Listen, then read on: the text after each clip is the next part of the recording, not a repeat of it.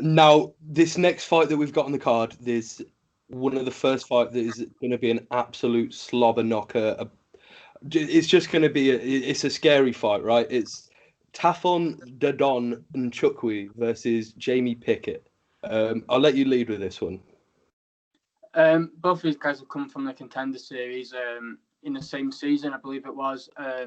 Jamie Pickett's obviously the more experienced guy. I think he beat a guy called Al Matavia or something like that, who was 8-2 at the time.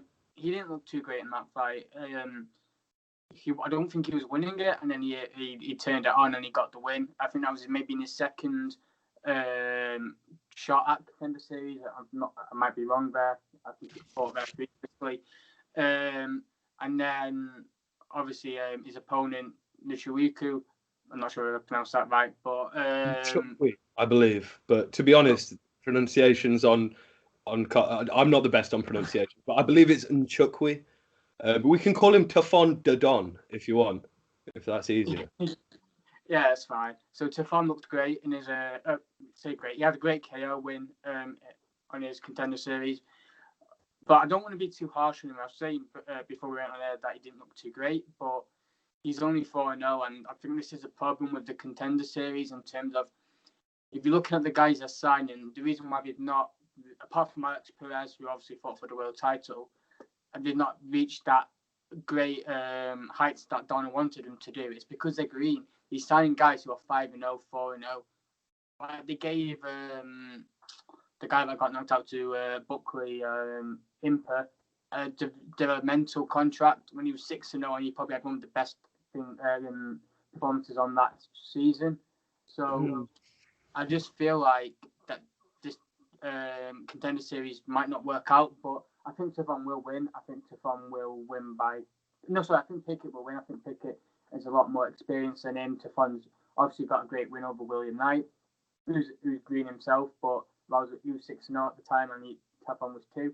So he's got very good opponents wins. I just feel like Pickett's just going to be too much of a veteran there, and I feel like if he can spad those big punches, Tafon might get frustrated with it, and Pickett might get the win by decision.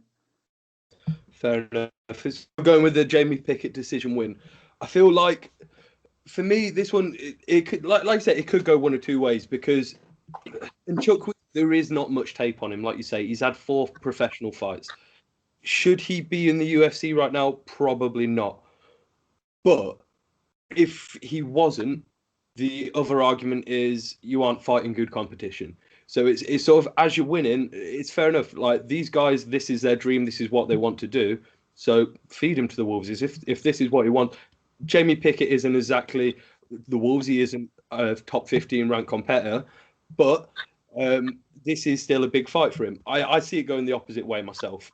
In Nchukwi, he's got scary power. I saw him on the Contender Series, and I remember thinking, is this guy one step behind or is he one step ahead?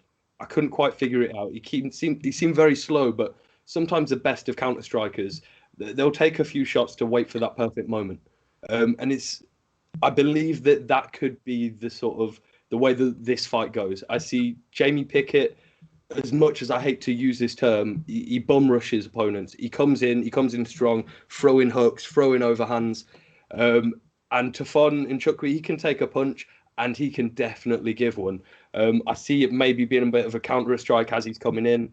I see a first round knockout for Tafon Don.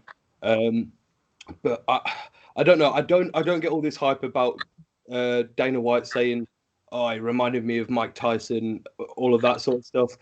Because Mike Tyson is an all-time great. You can't talk about fighters that are this young in their career, or this green, as you'd say, at that point. But yeah, I'm going to go with Tafon with a first round knockout.